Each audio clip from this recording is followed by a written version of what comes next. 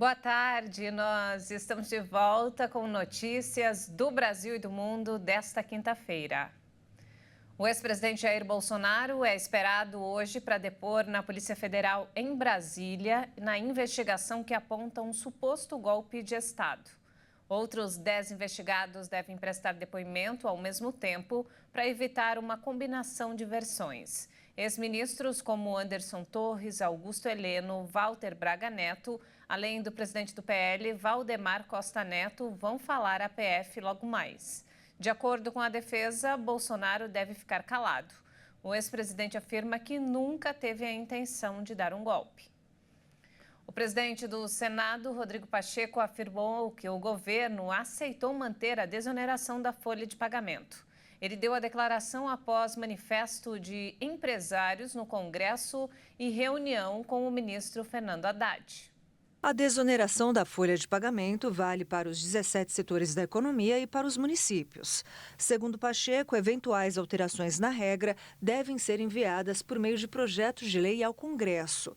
Isso porque uma medida provisória tem efeito imediato. Já o projeto de lei permite o debate de texto em comissões e nos plenários da Câmara e no Senado.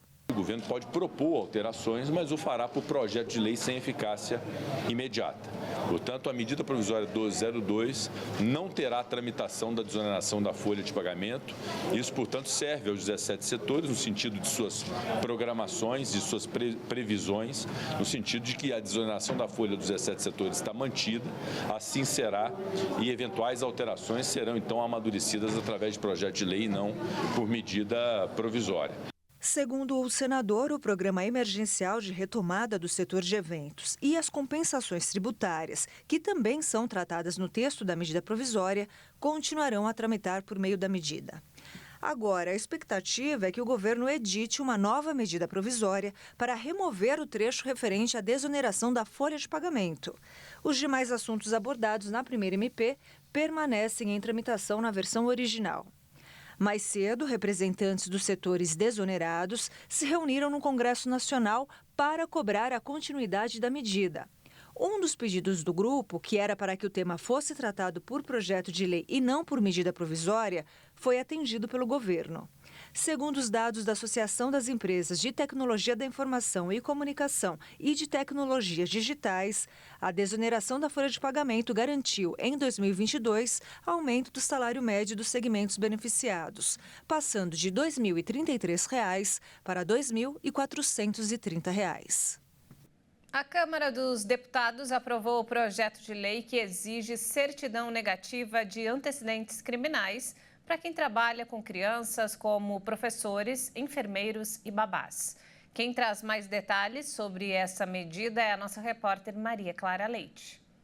O objetivo do projeto de lei, segundo a relatora, a deputada Laura Carneiro, do PSD do Rio de Janeiro, é impedir que pedófilos utilizem a sua condição profissional para se aproximar de crianças com o intuito de cometer algum tipo de exploração sexual. O projeto é uma recomendação do relatório final da Comissão Parlamentar de Inquérito da Câmara, que apurou denúncias de turismo sexual e exploração sexual no Brasil. Um trecho da recomendação da CPI, inclusive, diz o seguinte: a CPI constatou que muitos casos de exploração sexual de menores são praticados por pessoas que trabalham no atendimento a crianças.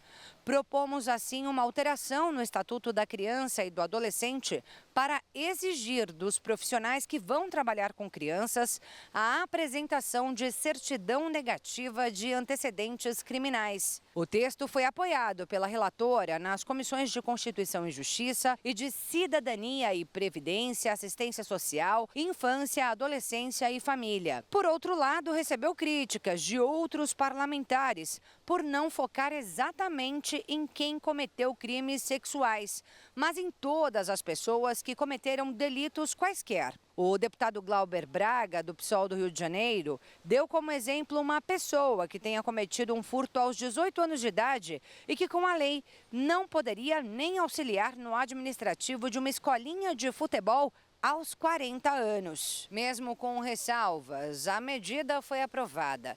Mas a relatora destacou que eventuais mudanças quanto aos crimes devem ser feitas no Senado, para onde a matéria segue agora para apreciação. A Receita Federal abriu hoje a consulta a um lote residual do imposto de renda.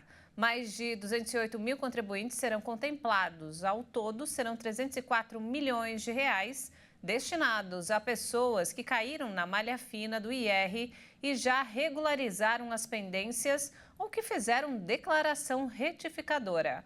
As consultas podem ser feitas pela página da Receita Federal na internet ou pelo aplicativo Meu Imposto de Renda.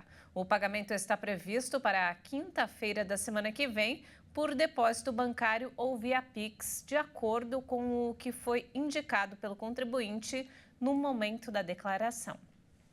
E olha só, o ex-jogador da seleção brasileira Daniel Alves foi condenado a 4 anos e meio de prisão por agressão sexual em Barcelona, na sentença emitida hoje pela Justiça espanhola.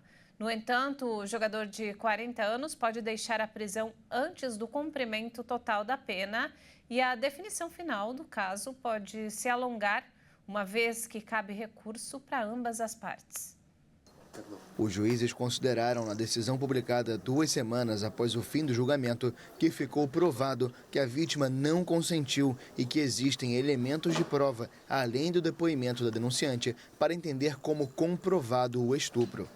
O tribunal também determinou 5 anos adicionais de liberdade condicional, uma ordem de restrição para que ele não se aproxime da vítima por 9 anos e o pagamento de uma indenização equivalente a mais de R$800 mil.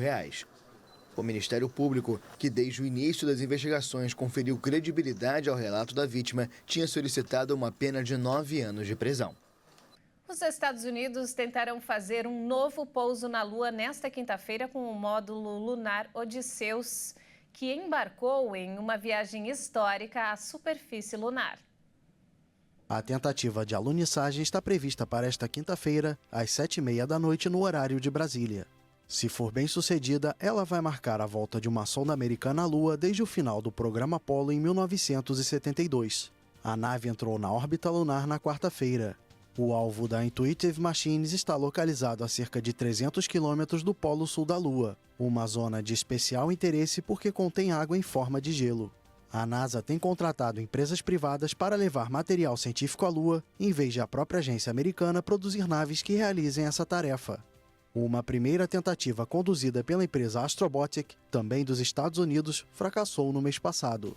A NASA utiliza essas missões como preparação para a volta dos astronautas à Lua a partir de 2026, como parte do ambicioso programa Artemisa. E não temos mais tempo, essa edição fica por aqui. Mais informações ao longo da nossa programação. Muito obrigada pela companhia, uma ótima tarde.